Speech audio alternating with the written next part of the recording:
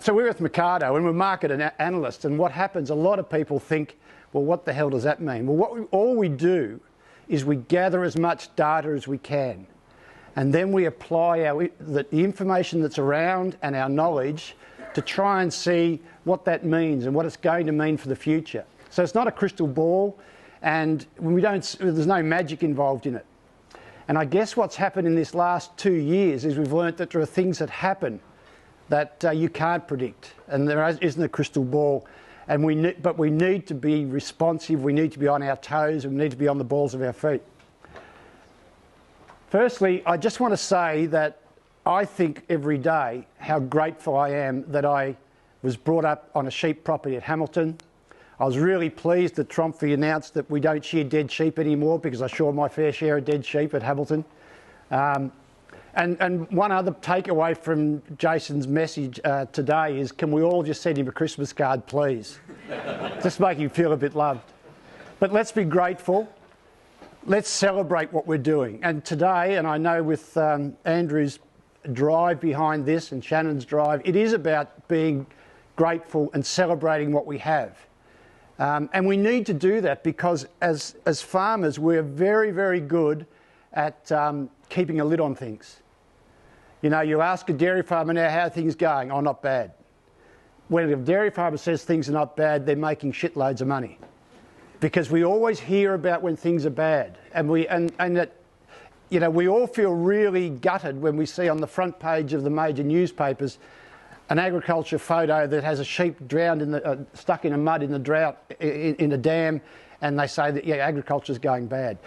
Those messages get out there just by automatically. We need to balance that off by making sure that we let people know that we've got things to celebrate, that we are a successful industry.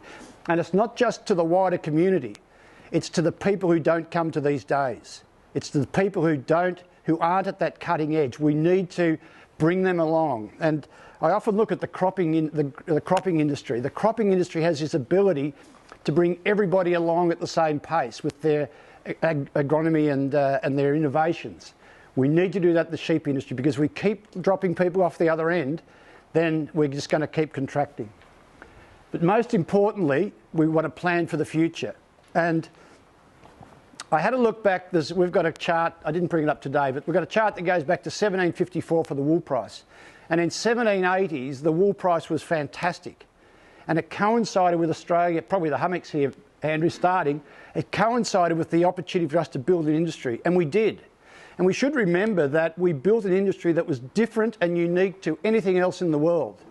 Nobody else was shearing sheep with teams and running big numbers and setting up marketing systems and all that sort of thing. We did that. And if you then go along the graph, you then get to 1950. And in 1950 we had the Korean wool boom.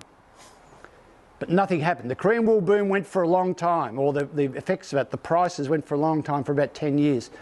But we didn't actually take the opportunity to take that next big step.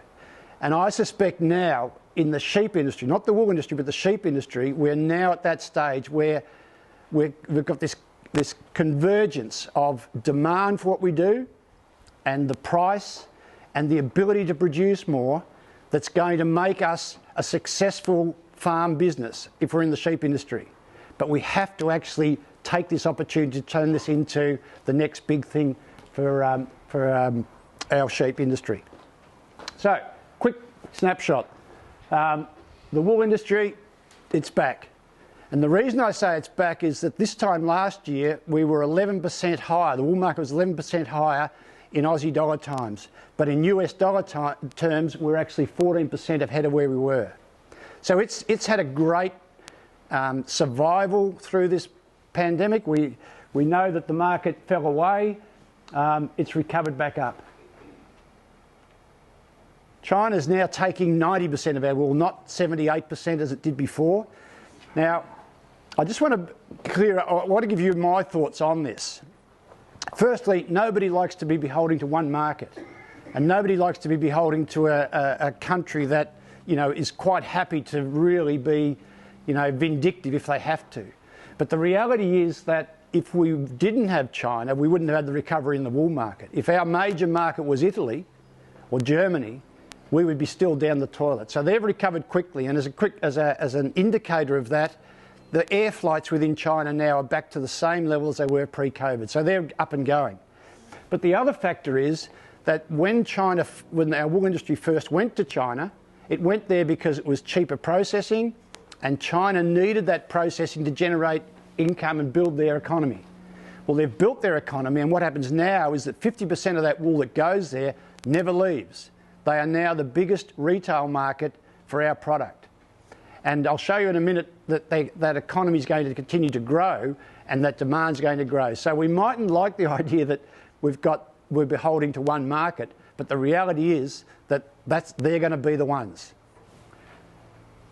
I just made this chart up to, the green lines are how many bales we're selling each week since January of 2020, so when COVID first got announced, and you can see the volume of bales dropped away. The orange line is the price. But those dotted lines, the black dotted line is that what we were selling on average last year, and the blue dotted line is what we're selling on average this year. So we're selling more wool and the market has recovered. And again, it tells us that the underlying demand for what we're producing is very strong. And we had 2018 was the peak of the wool market, but we then had an orderly decline, if you like, if you want to call it that, which happens in commodity markets. They don't stay high and they don't stay low and go sideways. We're in an orderly situation. COVID changed that, so that was out of left field. But the point I'm making here is that the underlying demand and the underlying market situation is stable and solid, and it sets us up well. The other thing that happened, if you look when we were going in April, May, June, July, when the market was poor, farmers started holding wool back, and it supported the market to some degree. But there was a concern then that if we kept holding wool back, we'd end up with this big stockpile of wool again, and then when the market did recover, it would have to digest all that wool. That's not the case. So we're now going into a situation where we're optimistic that the Northern Hemisphere economies and the GDP growth there will again be a stimulus for wool price, and we're going to have a time where our supply is going to continue to be tight. So we can be optimistic about what's ahead of us for the wool market. Fine wool premiums, I just want to make a comment on this. We know that, so that's 18 micron fine wool premiums, 18 microns over 21. The drought is what I've circled there, so when we flood the market with fine wool, the fine wool premiums drop away. But we can take this chart back a long way, and what you see is that there are these spikes. They're very sharp, they're very pronounced, and they're very intoxicating, because what happens is they don't last for long. So when fine wool is worth a lot of money, sell the fine wool. But the story behind it is that it's the bales out the door that will always make the money in a wool clip. And as Trumpy said, we both grew up in Hamilton, or in that area. We grew up in an area that was passionate about fine wool. But there was that focus on fine wool at all costs. Because at times you'll go to the wool sale and you'll come back with more money than you know what to do with. But you will then go through long periods where you'll be disappointed because there's an oversupply of fine wool. So it's a commodity like everything else. I'm going to... here we go, stepping into the politicians' area. I'm going to mention the M word, and we have to talk about it. And I'm not going to talk about whether you should be mulesing or not, but I'm going to give you some statistics, and then you can take that away. A bit like what Trumpy was saying, pick this information up, take it away and digest it. So Australia, this is world merino wool production. So we produce 70–80% of the world's merino production. And that's the orange lines there. The green bits is, and you can see in terms of the fine wool, which in world terms is sort of 20 micron finer, we are the dominant producer. And even though our flock and our clippers come back, we are still the dominant producer. In terms of non-mulesed or cease mulesed wool, we produce, you can see on the left-hand side, of 14, 15, 16 micron wool, we're producing quite a bit of it. This is in the world, of wool was sold last year that is cease mulesed and non-mulesed. But when you have a look at our position in the world of cease mulesed and non-mulesed wool, we produce only 28% of 19 micron wool. So even though we're producing 80% of 19 micron wool, we're only producing a quarter of the non-mulesed or cease mulesed wool. Now, as you know, I've shorn dead sheep, so I've done a lot of things. I've crutched sheep that haven't been mulesed. I've crutched sheep that have been mulesed. I understand all that, but we can't ignore what the messages are that are coming through here, and it's up to us as an industry to work out how we respond to that. And that's something that we will have to focus on and have to. So if a farmer wants to go down that pathway, then we have to be able to support that program, so that he's not having to throw the baby out with the bathwater when it really hits the fan in a bad year. Sheep and lamb. It's interesting. The Eastern States Trade Lamb Indicator that we've got up there, the second line, it's 2% below this time last year. But the important thing is that each year we've seen higher highs in the winter and higher lows for a long period now. So we're having, not only have we got stronger prices, we've got continuing building demand. And whether it's the efforts of MLA or whether it's the processes or whether it's just the economy in the Northern Hemisphere that's generating it, the reality is that we're getting a clear market signal back here that the world wants our red meat. We put the same up for beef. Mutton is the other one, and I'm interested in Trumpy saying, we can be. If I said to you 3 years ago that we're going to be selling mutton at higher prices than we're selling lamb last year, we would have all been pretty happy and taken it. We think we're going to see this gap between lamb and mutton, which is quite tight now, last for a long time. So wherever the lamb price goes, the mutton price is going to be close behind. So again, survival of ewes is a real commercial incentive for you. Just focus on the orange line there, which is the Eastern Young Trade Lamb Indicator for this year. And you can see the dip down there when it dipped in August. That was when we had the COVID outbreak in the abattoirs in Melbourne. And so it was a big concern. But we're fortunate because, firstly, it was a time when we have our lowest throughput. That's when the least number of lambs go through. And secondly, we had an industry that really got its shit together and got back going quickly. And when you look at that orange line coming across, suddenly the price went up, but we've got to remember that at the same time we had Dubbo, Wagga, Bendigo lambs coming in big numbers. So not only was the price going up, but the supply was going up.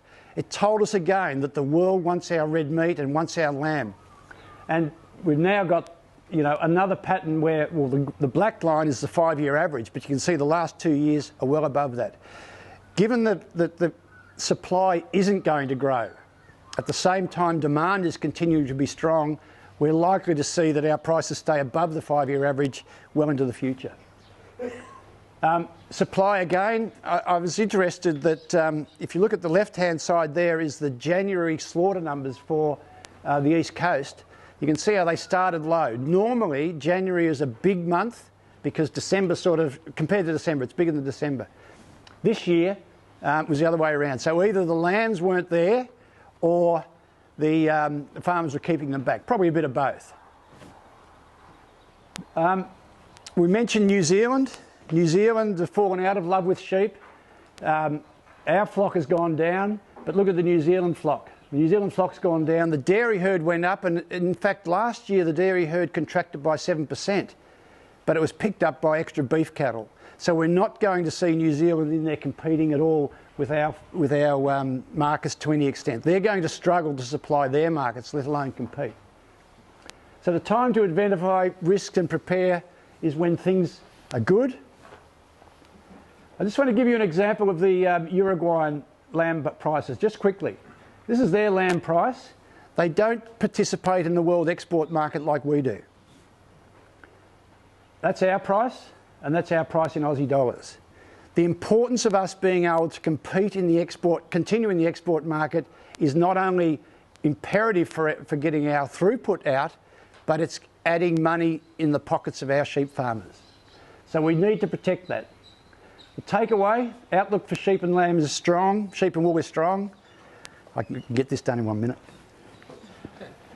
Now's the time to position not only your farm businesses, but the sheep industry. And you've got people here today from the industry. They're here because they're doing their bit, but they really need individual farmers to put their hand up and say, we want to know what we can do to help that industry work and go forward. We need to turn the flock around. We can't continue to contract and expect that we're going to have the same amount of revenue inputs and support and research. We have to actually turn that flock around.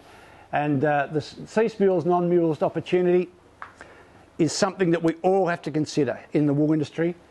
Finally, it beggars belief that we, at a time of great success, we're not going 100 miles an hour on building and improving and making more resilient our biosecurity and our traceability. We have this opportunity now, and it's the reason why I talked about the Korean wool boom.